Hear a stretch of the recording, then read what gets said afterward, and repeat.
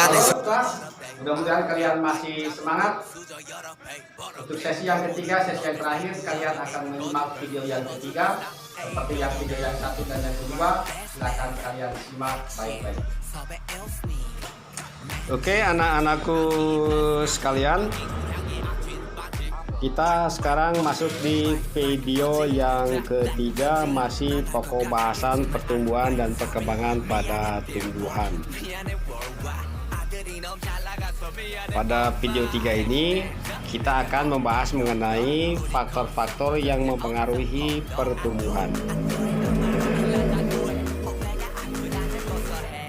Nah, faktor-faktor yang mempengaruhi pertumbuhan ini dibedakan menjadi dua faktor besar atau faktor umum. Yang pertama adalah faktor internal dan yang kedua faktor eksternal. Yang termasuk faktor internal adalah gen dan hormon pertumbuhan pada tumbuhan. Faktor internal terlebih dahulu, yang pertama adalah gen. Mungkin kalian masih ingat pepatah atau ungkapan yang mengatakan kalau buah itu jatuh tidak jauh dari pohonnya. Buah jatuh tidak jauh dari pohonnya, ya. Kalau itu buahnya kecil tidak terbawa angin, kalau buahnya kecil terbawa angin, bisa juga jauh. Nah, pepatah itu berarti menunjukkan bahwa adanya penurunan sifat dari induk terhadap anak-anaknya. Kalau kita menanam biji kedelai misalnya, maka pasti akan tumbuh kedelai. Tidak akan pernah kejadian kita nanam kedelai, tumbuhnya jadi timun misalnya. Itu salah itu. Mungkin ada ketika nanam ada yang nuker, biji kedelainya ditukar dengan biji timun. Atau misalnya kalau kita menanam tanaman mangga yang berbuah besar rasanya manis, induknya berasal dari tanaman berbuah besar rasa manis. Kita cangkok misalnya, kita tanam, pasti hasil cangkokannya tumbuh menjadi individu tanaman buah yang baru yang memiliki sifat yang sama dengan induknya. Buahnya besar, rasanya manis. Nggak akan kejadian misalnya induknya buahnya besar rasa manis, anaknya ketika ditanam dicangkok nih jadi kecut misalnya. Berarti ada yang salah gitu. Hal itu menunjukkan bahwa adanya pewarisan sifat dari induknya. Nah, keadaan tersebut akan membuat tanaman anakan memiliki sifat yang sama dengan induknya. Nah, ini merupakan faktor gen. Atau sifat keturunan. Yang kedua, hormon tumbuhan atau fitohormon. Nah, ini kenapa jadi hurufnya jadi numpuk-numpuk begini ya, padahal tadinya enggak. Nah, hormon tumbuhan ini menghasilkan beberapa jenis hormon tumbuhan, diantaranya adalah ada auksin, giberelin, gas etilen, sitokinin, asam absisa.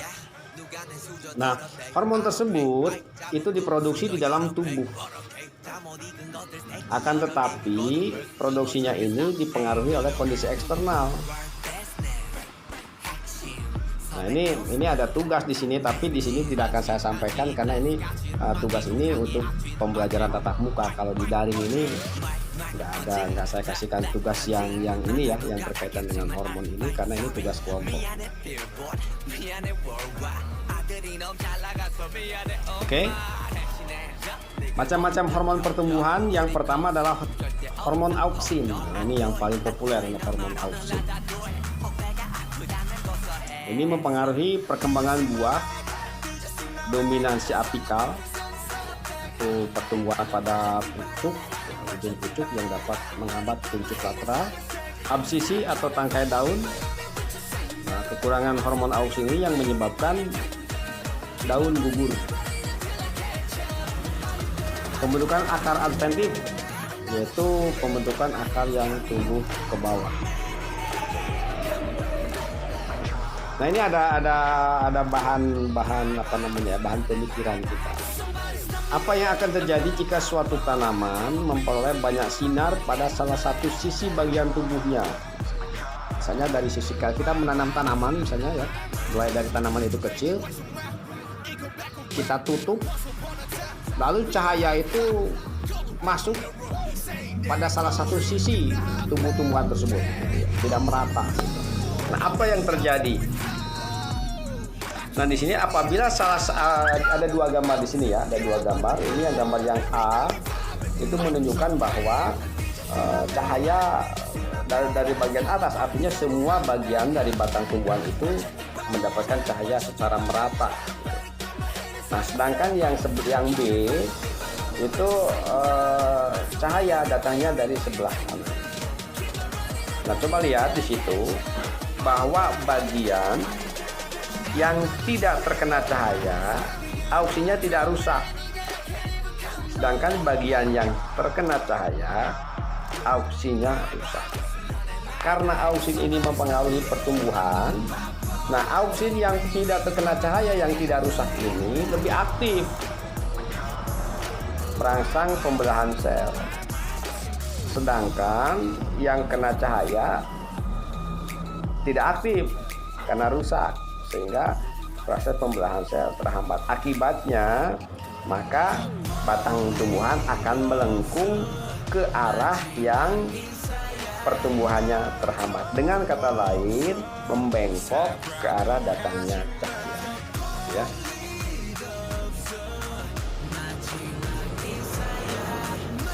Ini penjelasan yang tadi, bisa kamu buka lagi nanti.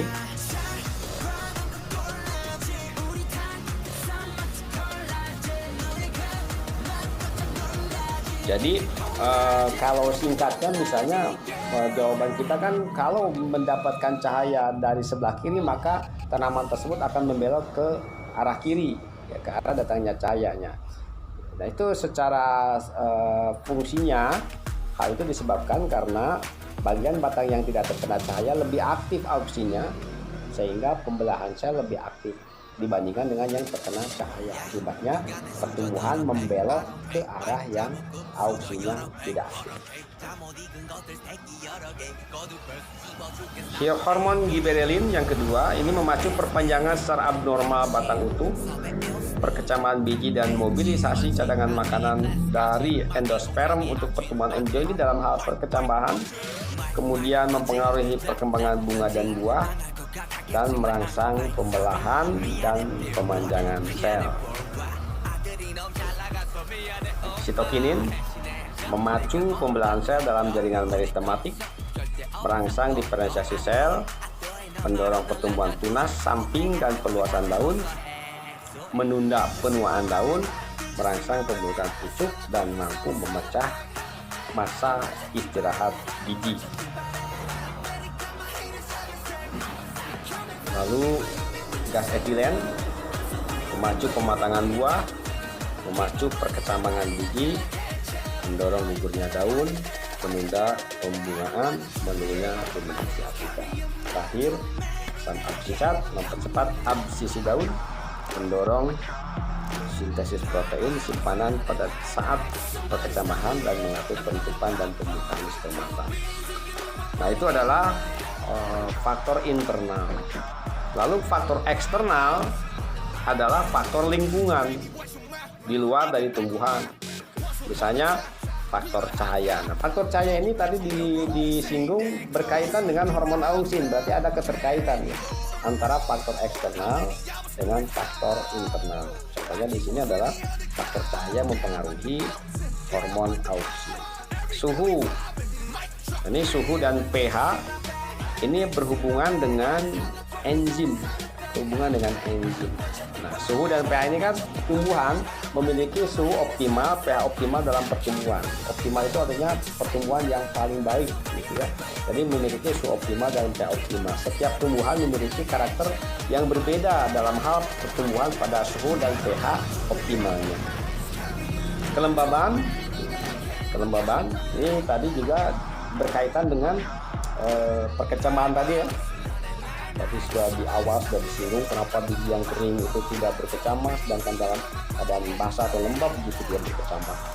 Air, nah ini air berkaitan dengan kelembaban. Nutrien atau zat makanan. Ini ada dua macam nutrien ini, makronutrien dan mikronutrien. Kalau makronutrien yang dibutuhkan tumbuhan dalam jumlah yang besar, sedangkan mikronutrien yang dibutuhkan tumbuhan dalam jumlah yang kecil, gitu ya. Tapi dibutuhkan untuk pupuk tertentu, misalnya para petani harus tahu apa itu, atau kita harus tahu apa saja yang termasuk makronutrien, apa saja yang termasuk mikronutrien. Nah, yang mikronutrien tidak boleh, tumbuhan yang pupuk yang mengandung mikronutrien tidak boleh berlebihan, karena kalau berlebihan itu juga percuma, tidak digunakan, bahkan akan dibuang. Maka setiap pemupukan punya dosis tertentu, tidak boleh melebihi dosis. Dan yang terakhir, faktor luar yang terakhir adalah oksigen, ya.